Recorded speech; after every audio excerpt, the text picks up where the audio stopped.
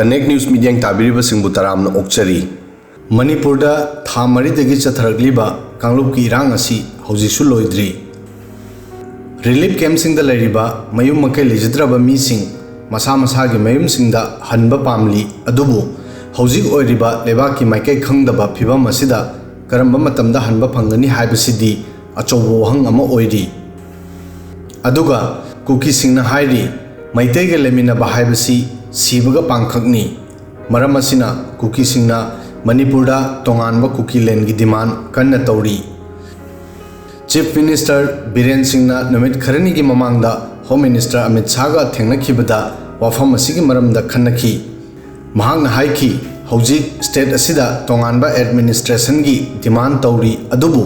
aikhoi Manipur gi territorial integrity da compromise tauroi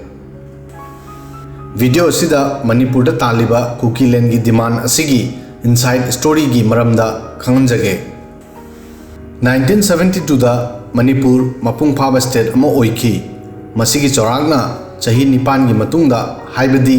1980 gi decade ta tonganba Kukiland gi demand hoki matam aduda Kuki Jomi insurgency gi ahanba amadi khwaidigi chawba organization Kuki National Organization haibadi KNO existence ta laki masigi matungdagi matam gi matung inna Kukiland gi demand laki 2012 ta Andhra Pradesh tagi tonganba state Telangana sembagi demand yagadawre haiba khangkhibaga Kuki State Demand Committee haibadi KSDC na Kukiland gi dama movement taunana balauthoki KSDC hanasu strike amadi economy blockade tawduna laki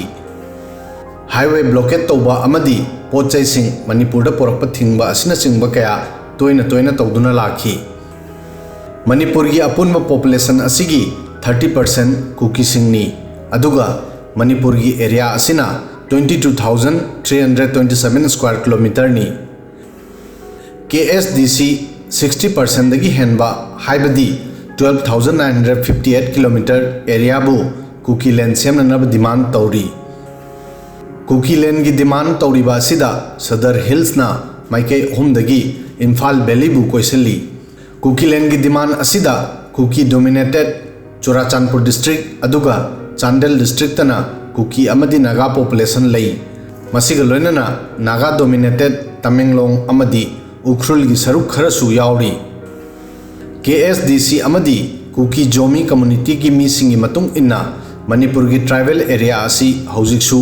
Union of India gi saruk oidri makhoina argument asi piri madudi 1891 gi Anglo Manipur landa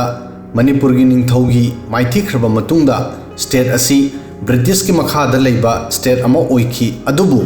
Kuki Jomi gi lams asi agreement adugi saruk ama oikide Kuki State Demand Committee KSDC na masiso haiki Naga singna tonganba leiba amagi demand tauriba asigi onabada makhoina tauriba demand asidi Union of India gi manungda tonganba state ama sembani movement asigi impact su phangki former Chief Minister Okram Ibobi Singh gi Congress sarkar na United Naga Council gi akanba condemn gi mataida Kuki dominated area ama oiriba Sadar Hills pu tonganba district ama oina lauthoki Masi hana Naga dominant Senapati district ki saruk ama oirami Kuki singge horapam gi matangda theory ani lay ahanba theory da Kuki singbu British singna khundahan ki Kukiland gi demand Zelengam natraga land of freedom dagi laki makhoi gi ancestor singbu British political agent singna Burma gi Kuki chindagi porakhibani haiba wafam asi Kuki Jomi maru oina rebel group singna yaningde loinana makhoibu Manipur kingdom da Naga attacker singdagi kannanaba Imphal Valley gi manak nakpada khundahan ki haiba wafam amadi Kuki Jomi gi koichat chatuna khunda leitabagi ideology dagi su makhoina oppose tauri aduga atopa theory amadana asumna hairi madudi Kuki Zelengam community asi Bharat ki North East ki chawrba saruk ama aduga haujiki Myanmar gi manak nakpa area singda sandokli 1834 की treaty amagi matung inna British singna Burma bu pelan nabagi damak मखोइगी लम असिगी मरुओइबा सरुक अमा मतमदुगी अवा हाइबदी Burmese निंगथौदा पिथौखी KNO गी मतुंग इना जेलेंगम म्यांमार गी चिनविन टुरेल फाउबगी एरिया यौरमी अमदी साउथ म्यांमार गी चीन स्टेट फाउब संदोक्लमी कुकी होमलैंड की डिमांड असिदा मणिपुर की चिंगी डिस्ट्रिक्ट सिंग यावरी मसिदा नागा एरिया कंजंग अखेन फेक अमदी नागालैंड की दिमापुर की सरुक खरा कार्बी आंगलोंग नॉर्थ कसार हिल्स अमदी असम की हापलोंग अमदी त्रिपुरा ग लोइनना बांग्लादेश की चटगांव की हिल एरिया सिंग की सरुक खरा सुयावरी अदुबु हौखिब चही खरदा कुकी सिंग की होमलैंड की वखलोन असी मणिपुर की हिल एरिया सिंगदा सेम्बा स्टेट अमखक्तदा लिमिट ओइख्रे मसिदा मणिपुर की नागा ट्राइब सिंगना डोमिनेंट तौबा एरिया सुयावरी नागा कुकी लान की मतुंगदा तोंगानबा कुकीलैंड की डिमांड अमुक हेना कंखटखी 2018 दा KNO की प्रेसिडेंट PS हाउकिपना महाकी लाइरिक the world of Kuki people दा मैतै डोमिनेटेड स्टेट गवर्नमेंट ना कुकी सिंगना नमना ताबा हिल डिस्ट्रिक्ट सिंग मरुओइना चुराचांदपुर अमदी चंदेल गुंबदा कुकी सिंगना मसिंग याम्बा डिस्ट्रिक्ट सिंगदा थौइदबगी मरमदा इखी हाउकिपना मसिसु मराल सिखि मदुदी नागा इंसर्जेंट ग्रुप डिकेट कयादगी कुकी सिंगी लम खोपसेननब होनरी 1993 की नागा कुकी की लान की मतुंगदा कुकीलैंड की डिमांड अमुक हेना कंखटखी KNO की मतुंग इन्ना मतम असिदा कुकी लिसिंग अमा हेनबा लेखिदे अदुगा मसिदगी हेनबा सरुक कयाना मयु मकई थादोकनबा ताखी KNO ना मराल असि सिखि मदुदी मैतै सिंग मतम अदुदा कुकी सिंग की मतेंगी दमक लाखिदे मतम अदुदा मणिपुर दा लरंबा इंडियन आर्मी की 57 माउंटेन डिवीजन की मेजर जनरल AK सेनगुप्ता ना हायरमी मणिपुर की फिवम असी यामना सीरियस ओय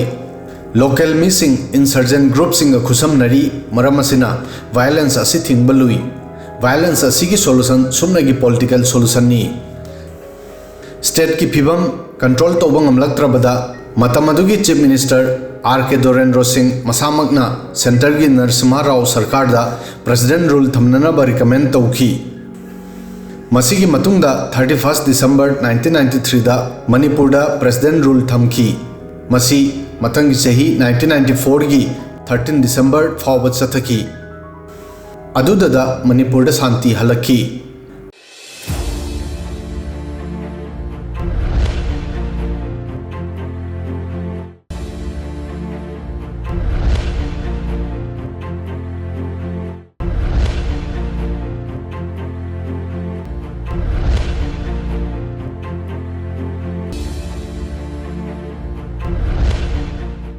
video असिदा ngasi gi matang soi fawdang thagasari